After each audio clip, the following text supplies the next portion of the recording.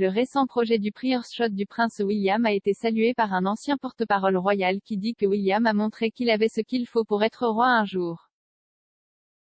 Dickie Arbité, ancien porte-parole de la reine, du prince Charles et de Lady Diana, a examiné avec admiration le travail du prince William au cours des dernières semaines.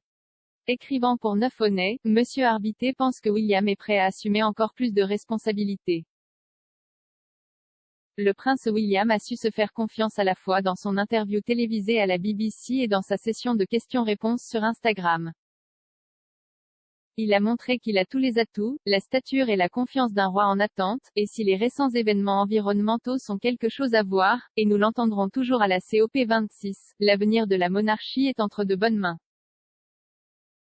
Monsieur Arbité dit qu'il a rencontré William pour la première fois alors qu'il était encore enveloppé dans une couverture pour bébé et qu'il était transporté hors de l'aile Lindo de Saint-Mary à Londres par le prince Charles moins d'un jour après sa naissance en juin 1982.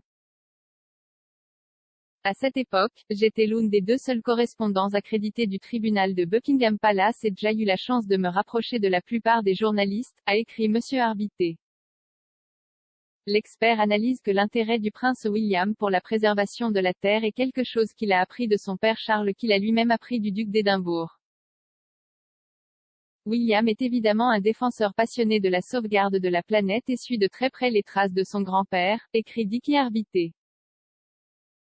Le prince Philippe a commencé son travail de pionnier sur l'environnement dans les années 1950, soulevant le problème auquel la famille mondiale serait confrontée si nous ne faisions pas quelque chose pour nettoyer l'environnement. Il n'a pas été ridiculisé, mais comme l'environnement n'était pas à la mode, personne n'y a vraiment prêté attention. Le père de William, le prince Charles, a adhéré à la cause dans les années 1970 et, alors que les attitudes vis-à-vis de l'environnement évoluaient, Charles était perçu comme une ingérence. Il a par la suite été prouvé, et salué, qu'il avait raison et bien en avance sur son temps. Pour Monsieur Arbité, le succès du Earth's Shot Prize était le signe des capacités de William à travailler sur de grands projets de A à Z.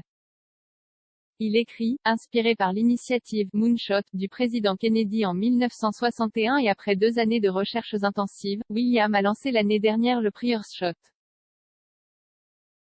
Comparant le prix à un événement politique international, le journaliste affirme que la cérémonie qui s'est tenue dimanche dernier était un précurseur approprié pour le prochain sommet COP26 à Glasgow.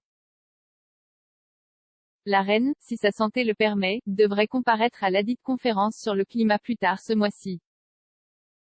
Le prince Charles, la duchesse de Cornouailles, le prince William et la duchesse de Cambridge devraient également y assister.